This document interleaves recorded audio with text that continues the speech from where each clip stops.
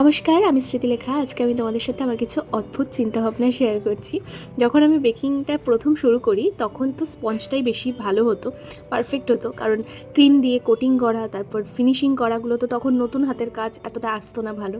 তখন মনে হয় যেন সারাক্ষণ স্পঞ্জই বানাতে ভালো লাগতো। আর এখন স্পঞ্জটা বানাতে না সব থেকে বেশি কষ্ট হয়।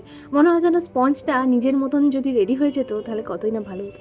এসব তো কল্পনা, কিন্তু কাজ তো আমাকেই করতে হবে। স্পঞ্জ তো আর নিজের মতন করে রেডি হয়ে যাবে না। তবে এখন আমার নিজের বেশি ভালো লাগে এই যে আমি তোমাদের সাথে যে আইসিংয়ের ভিডিও শেয়ার করছি, এই ক্রাম্প কোটিং করতে আমার কিন্তু খুব ভালো লাগে। ফাইনাল ফিনিশিংয়ের থেকেও এই ক্রাম্প কোটিংয়ে যেন আলাদা একটা মজা। তবে এটা বললে তো হবে না, কারণ পুরোটাই আমাকে নিজে হাতে করতে হবে, স্পঞ্জ থেকে শুরু করে ফাইনাল ফিনিশিং অবধি। আমি আইসিংয়ের ভিডিও যখন করি তখন নিজেরও খুব ভালো লাগে আইসিংয়ের ভিডিওগুলো এডিট করতে বা ভয়েস ওভার দিতে।